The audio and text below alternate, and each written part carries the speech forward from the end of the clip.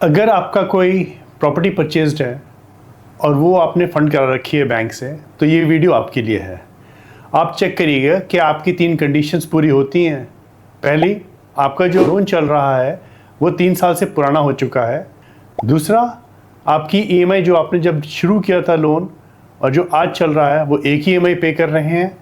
तीसरा, आपको लगता है कि जो बैंक है वो रेट ऑफ इंटरेस्ट जो नए कस्टमर से चार्ज कर रहा है वो कम है और आपका रेट ऑफ इंटरेस्ट ज़्यादा चल रहा है, तो ये वीडियो आपके लिए है। तो आपका जो कल्प्रिट है वो है रेट ऑफ इंटरेस्ट। अब हम समझते हैं कि रेट ऑफ इंटरेस्ट ये बनता कैसे जब आपसे बैंक चार्ज करता है। तो रेट ऑफ इंटरेस्ट के 2 कंपोनेंट होते हैं। RBI द्वारा charge repo rate and second is the spread यानी बैंक का मार्जिन।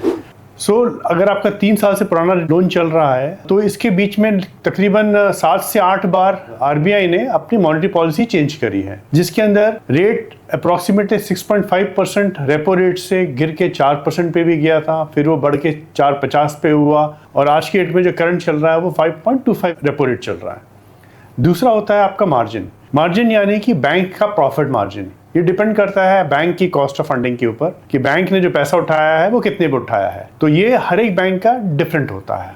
तो आपको जब रेट ऑफ इंटरेस्ट तय करें बैंक से, तो आप चेक करें कि आपका जो स्प्रेड है यानी कि जो बैंक का प्रॉफिट मार्जिन है वो कितना है।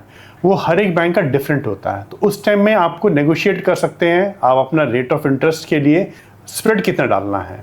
और आपको ये हमेशा चेक करते रहना है कि जब भी मॉनेटरी पॉलिसी चेंज हो RBI की, जो कि हर क्वार्टर में एक बार चेंज होती है या अगर कंस्टेंट भी रखती है, तो आपको वो चेक करना है कि आपका रेपो रेट अगर चेंज हुआ है तो उसका इफेक्ट आपको भी मिलना चाहिए। ये मिला है तो बहुत अच्छी बात है। तो इसके अंदर उसके आगे कैसे एडजस्टमेंट्स करने हैं इस पर हम आपको बात करेंगे। अगर रेपो रेट चेंज हुए हैं बाय द RBI और जो कि मैंने ऐसे बताया 7 से 8 बार चेंजेस हो चुके हैं, तो हो सकता है कि बैंक ने आपको इसका इफेक्ट दिया हो आपके टेन्योर के ऊपर, कि आपका टेन्योर उन्होंने रिड्यूस कर दिया हो।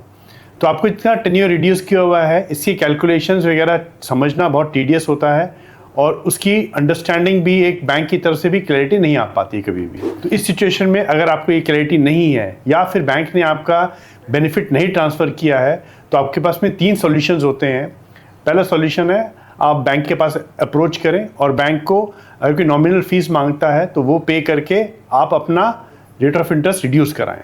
नंबर 2, अगर बैंक उस चीज़ से रिलेटेंट होता है तो आपको अपना लोन ट्रांसफ़र कर देना चाहिए किसी दूसरे बैंक के अंदर and get the latest benefit of the repo rate and margin. और तीसरा सिचुएशन क्या होता है कि बैंक को आप बोलें कि जब भी रेपो रेट चेंज हो from the past to the current to the future also, मुझे आप मेरी EMI में इफेक्ट दीजिए इसका, मुझे टेन्योर में कोई बेनिफिट नहीं चाहिए, मुझे आप सिर्फ रेट अपनी EMI कम करा दीजिए। और जो भी आपकी EMI कम हो as compare to the previous EMI, उस डिफरेंशियल अमाउंट को आप इन्वेस्ट करिए म्यूचुअल फंड में इन्वेस्ट करिए या फिर एक्सचेंज ट्रेडेड फंड यानी ETF में इन्वेस्ट करिए, जो कि सेफ है और जिसके अंदर रेट ऑफ इंटरेस्ट मिनिमम 10 से 12% से ऊपर ही रहता है। तो आपका जो गैप रहेगा जिस पे आपने लोन उठा रखा है और जिस पे आपने कमा रहे हैं, उसके बीच में आपको 4 से 5% का स्प्रेड मिल जाता है आपको। And this will cover the major part of your loan, trust me, over the period of time. Thank you.